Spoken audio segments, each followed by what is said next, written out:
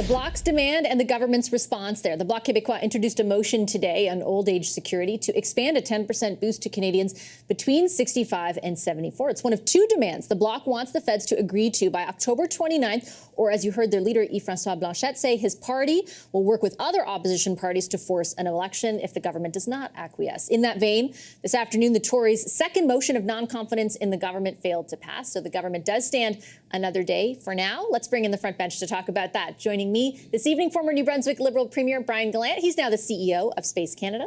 Former Conservative Deputy Leader Lisa Raitt is here. She's the Vice Chair and Managing Director of Global Investment Banking at CIBC. CTV News political analyst and former NDP leader Tom Mulcair is with us, as is the Toronto Star's Queen's Park Bureau Chief Rob Benzie. Hi, everybody. Very nice to see you. Lisa, I'll start with you. The government has not sent any strong signals in recent days that they're going to go for this proposition by the Bloc, even though the Bloc has laid it out quite clearly as an ultimatum. Do you think that is smart strategically or could backfire on them?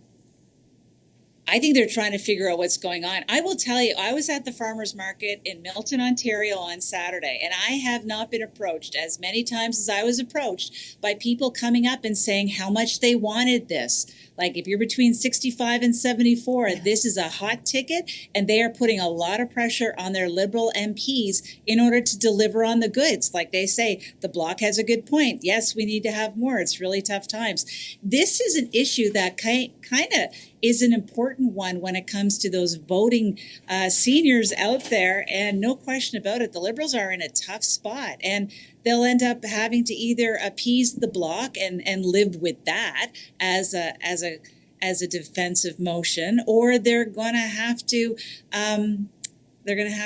say no. Yeah, Rob, it's so funny that Lisa talks about that, because I've been talking about the issue on radio and inundated with responses to inundated with the most text messages in months from listeners who are aghast that people would not be supportive of this idea. It almost feels like a bit of a sleeper issue that could have an impact on the feds, even though they have really sent strong signals. It doesn't make policy sense from their perspective. No, exactly. But Lisa is right. I mean, remember, seniors vote, they read the newspaper, they watch political TV shows, and they call talk radio shows. So they are an important constituency. And they go to farmers markets. And they go to farmers markets in Milton.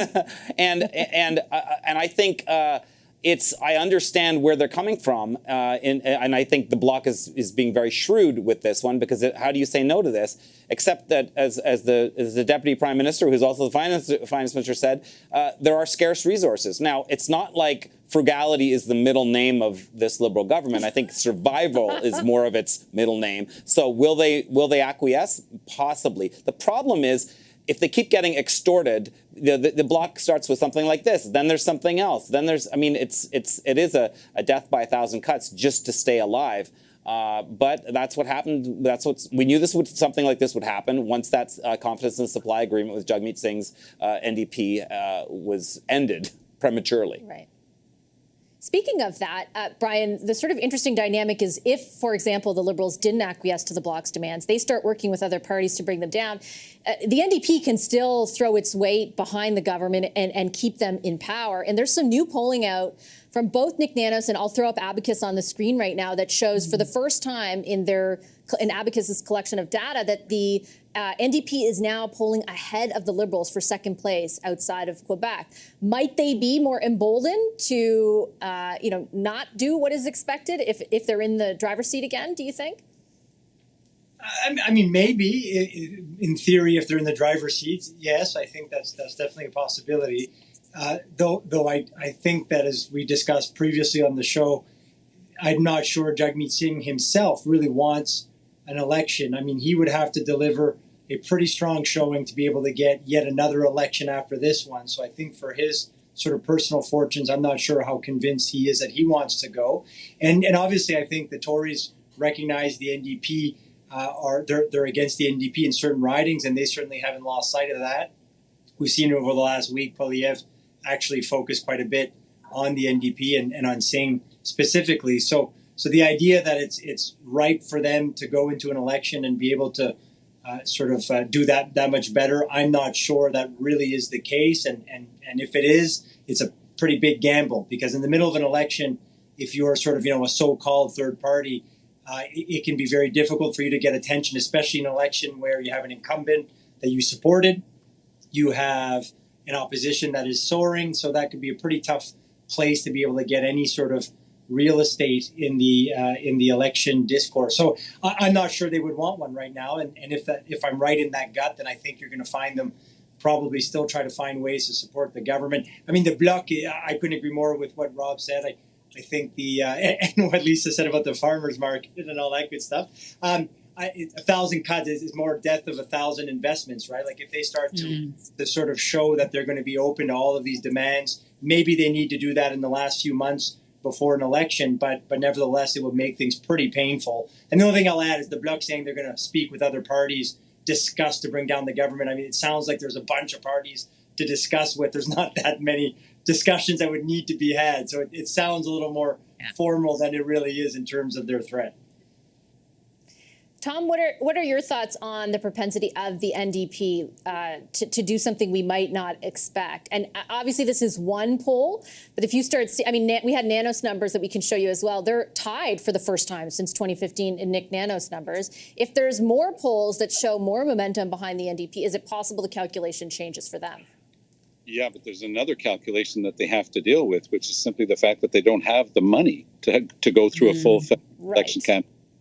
That was also published over the weekend.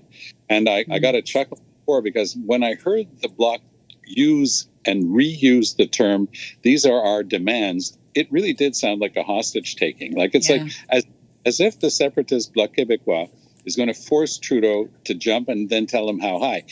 It's not that the country is broken, but the country is broke. And for Trudeau to say, okay, well, I'm going to commit to an extra $16 billion over the next 5 years would be really tough.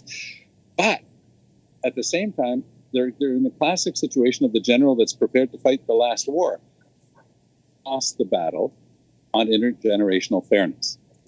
They, young people know that they have less of a chance of owning a house than their parents, and that's thanks to Poilievre and the Conservatives who have hammered it home. They've won that battle. Now they've got their voters, older people saying, "Hey, why do I have to wait till I'm 75 to get this top up?" Right. They're willing to vote for the Liberals, and now we've got Chrystia Freeland saying, "No, we won't do that." So it is a heck of a conundrum for the Liberals, and I think that they're going to have a hard time coming to the right decision. But I think the right decision, without saying that they're doing what the Bloc wants, is to at least make a move in the direction of seniors. Well, we're going to know pretty soon because they're going to vote on that opposition day motion, I think, tomorrow. That the Bloc basically tabled one today, Lisa, saying, how do you, tell me how you feel, tell us how you feel about this issue. And I just sort of, Tom laid it out, just circling back to your initial point.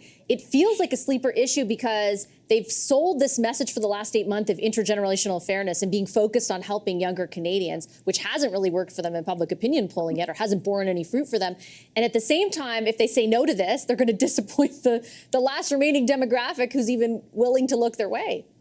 And they all voted in favor of it the first time, and it was sent over to the Senate, and it's stuck in the Senate. So now what are they going to do? They're going to say, no, we really didn't mean it the first time. I mean, look, they're in a precarious situation. And just picking up on something that my friend Tom O'Kerr has written about, I mean, the only way out of this entire mess, quite frankly, is prorogation, because it kills all the bills that are in the Senate, and you kind of have to start all over again from scratch. So I'm sure they're looking at all the options they possibly can have in order to not appear to be not giving the seniors what they feel they deserve, because that is the word that they're using.